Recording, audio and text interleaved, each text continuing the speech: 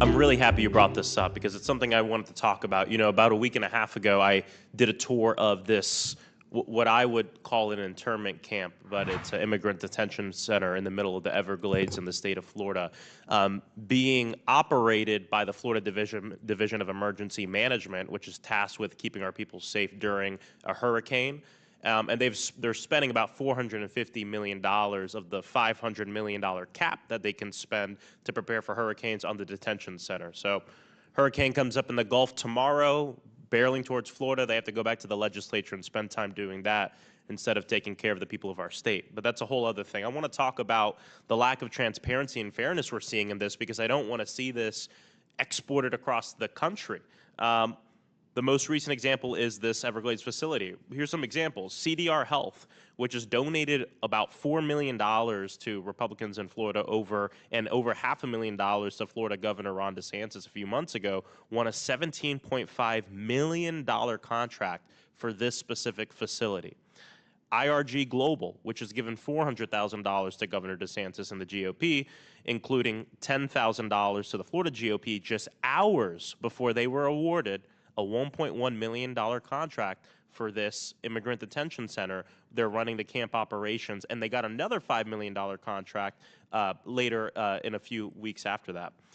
None of these businesses hired to build, staff, and run this immigrant detention facility have any prior experience with immigrant detention centers and no prior experience with anything in corrections facilities or anything around that. This is costing us 8 to 10 times what it usually costs to house a typical inmate. And I would like to enter into the record unanimous consent on this article from the Orlando Sentinel. Without objection. Yeah, it's Florida's disaster pipeline funnels millions to politically connected contractors. Look, I mean, and I don't care what party you're in. This is something we should all, and I don't care what your politics are, this is something that should worry all of us. When in the state of Florida, the money set aside to protect us from hurricanes is being used for what I would say is a politically motivated promise in this mass deportation thing. But not even just that, but the money that's being awarded to these contractors is not being done in a transparent way. It's completely bypassing the typical process you go to have a contractor in the state of Florida, and then it's seemingly going to people who've donated millions and millions of dollars to the guy making the decisions. And so this is something that should be on the mind of all people across the country, and every Floridian, especially as we talk about procurement and as we talk about third-party contractors. Thank you, and I yield back. Mr. Speaker, I rise today to shine light on a moral atrocity going on in my home state of Florida, an immigrant internment camp that Donald Trump, Ron DeSantis, and his administration have propped up in the middle of an abandoned airfield deep in the Florida Everglades, a place where nearly 1,000 humans are being forced to live in a tent city in the middle of the hot Florida summer, hot sun, where folks are not getting enough food, detainees are exposed to the heat, wildlife, mosquitoes that can potentially carry disease, stripped of their civil rights, and as of this past Saturday, cut off from legal counsel.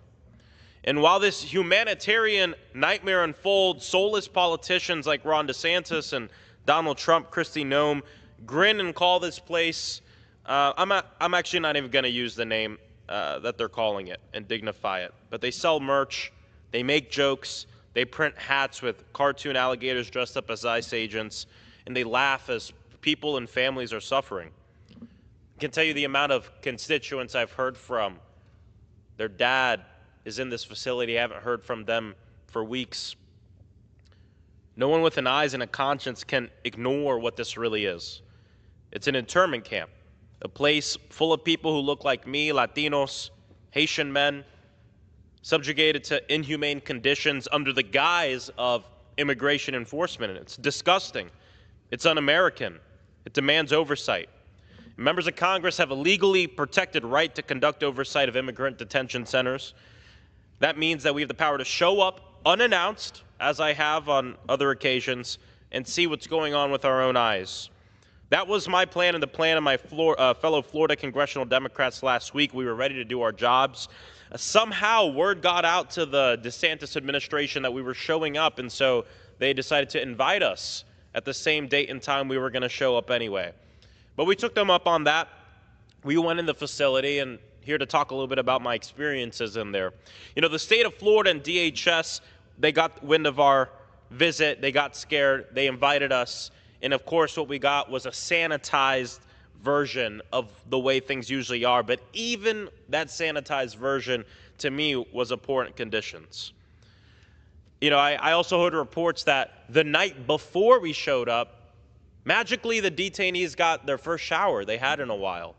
Magically, they got one of their first, actually, good meals. And it just shows why the unannounced visits are so important to see how things really are. But I got to tell you, a clean cage is still a cage. And at the end of the day, in this facility, we have 32 men being crammed in each cage, about 4 to 6 cages in each tent. Each tent, you know, we brought a thermometer in there, was about 84, 85 degrees, of course, in the hot Florida sun. You know, I'll always remember walking in that front door and looking at these gentlemen in there, everyone screaming for help. One guy asking me to call his family. He was screaming out a phone number. I couldn't hear him. I couldn't get all the digits down. Only 3 sources of water per cage. They're the spigots connected to the toilets, much like the jail units we've seen. But usually in those jails, it's one of those units for 2 to 4 people, not 3 for 32 people. But I got to tell you, one of the most emotional parts for me was when we looked at the cages from afar. We weren't let in the tent, but standing at the doorway, hearing those chants, freedom, freedom, libertad, libertad, people yelling. This isn't security, it's cruelty. It's not immigration policy, it's dehumanizing people. You know, Trump said this was about keeping people safe.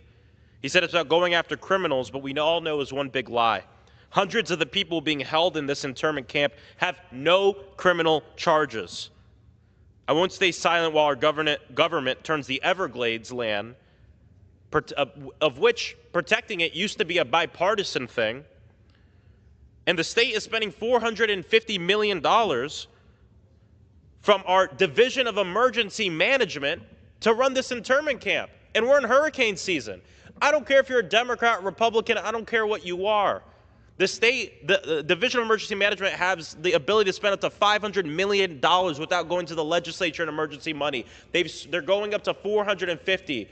We're about to go into hurricane season, which means that when a hurricane is barreling towards our state, they're not going to be able to do what they need to do immediately to save lives because every minute matters. They'll have to go back to the legislature and beg for more money because they spent $450 million of our money on a damn internment camp in the middle of the Everglades. Along with partners, we're going to do something about it. Of course, litigation has been filed. I think what's important for people to know is that this is a federal facility. We were told that ICE is calling the shots here.